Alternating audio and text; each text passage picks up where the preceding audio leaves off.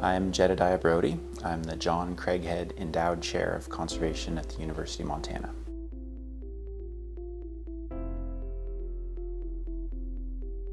Biodiversity is the living world around us. It's the animals and plants and fungi and bacteria that we share this planet with.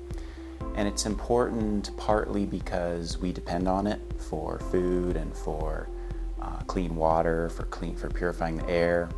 But I think more importantly, it's important because these are the people we share this planet with.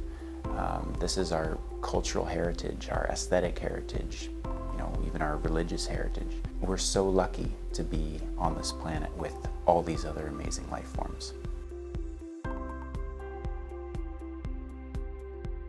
Climate is important for biodiversity because every living thing has a certain range of conditions where it can live, right? And so humans are a little bit different because we can put on a bunch of clothes if it's cold or build a really well insulated house.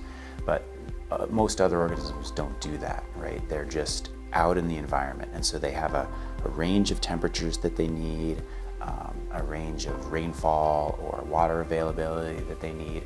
And so the climatic patterns around the world, where it's hot, where it's cold, where it's wet, where it's dry, where it's windy or not windy, where there are monsoon patterns or not, all of those are hugely important for determining where different species live.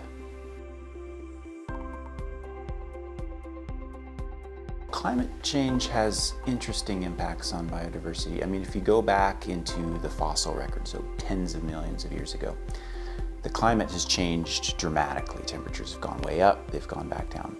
And that's not necessarily bad for biodiversity. A lot of times when it gets really, really hot, biodiversity increases. We get more and more and more species. The problem with climate change currently is that even though temperatures are getting warmer, there are all sorts of other changes in the world too. So whereas 50 million years ago, when there was rapid climatic warming, plants and animals could just move north or south or up the side of a mountain to get to the area of temperature that they needed to. But nowadays they can't do that because we've converted so much of the Earth's surface to agriculture or cities that they can't just move from the tropics up to the Arctic, or they can't necessarily go up the side of a mountain because there's a road in the way or a subdivision in the way. It's important to remember that extinction is a natural process, right? So species evolve at a certain period, they live for a certain amount of time, and then they go extinct. It's like the lifespan of a human being. We're born, we live for a while, then we die. So an entire species, it's natural for it at some point to go extinct. And you can measure using fossils, going out back and digging up fossils at different times. You can see how long a particular species lasts, and then you can estimate what's the rate, just the natural background rate over the last millions of years at which species go extinct. And then from that, we can compare that to how fast they're going extinct now because of human activities. The estimates are not incredibly precise, but species are going extinct now somewhere between 100 and 1,000 times faster than they normally do in the background fossil record. So in this fossil record, what you have is generally long periods, tens of millions of years, hundreds of millions in some cases, where the background extinction rate is very low. And then all of a sudden, there's a huge spike, which we call a mass extinction event. So something like the end of the Permian is the big one, when 90% of all life on Earth went extinct. And then the end of the Cretaceous period, when the dinosaurs went extinct, is another one. There have been 5 mass extinction events in Earth's history, and we are now in the 6th. And this one's different because it's entirely caused not by a meteor, an asteroid, or giant volcanoes, but by a single species, which is us. So when it comes to climate change and trying to reduce its impacts, there are 2 basic strategies. And the one is called mitigation, and that just means keeping carbon out of the atmosphere, or even drawing down carbon out of the atmosphere. And so that's things like, making cars more efficient, using renewable energy instead of coal power plants. Those are international treaties like the Paris Accord. things like that. And those are super, super important. But that's only part of the puzzle. So the other half of the puzzle is what's called adaptation.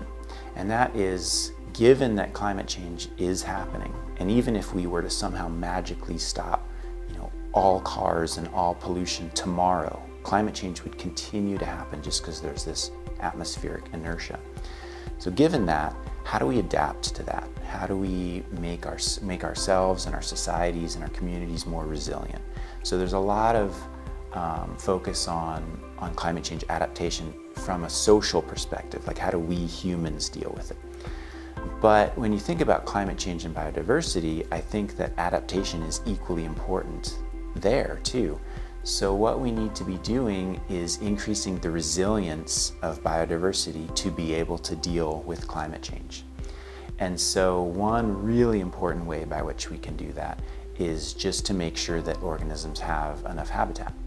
So if creatures need, animals or plants or mushrooms need to go from a lowland area because it's too hot and they need to go up the side of a mountain where it's going to be, where they can keep track of the temperature conditions that they need, then there needs to be continuous habitat all along that elevational gradient. So if there's a road in the way, we could put an overpass or an underpass so that animals could walk over the top or under the road. So things like ensuring connectivity, so the animals and plants can move, things like ensuring that there's enough habitat are going to be hugely important ways by which we can help biodiversity be more resilient to climate change and adapt to climate change. Another really important thing we can do is adjust how much we are directly impacting those species. So for example, we humans harvest a lot of natural species.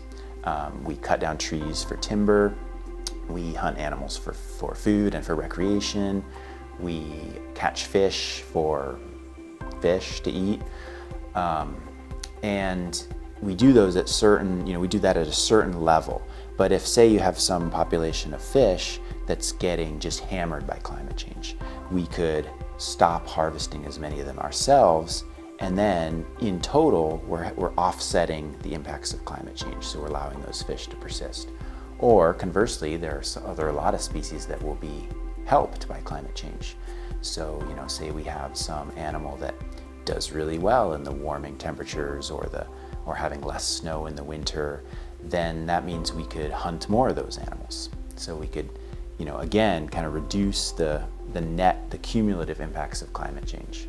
If you're a high school student and if you're really interested in biology or the natural world and you are thinking about doing this for a career, I strongly recommend it. You should consider college, and there are wildlife biology programs like the really good one here at the University of Montana.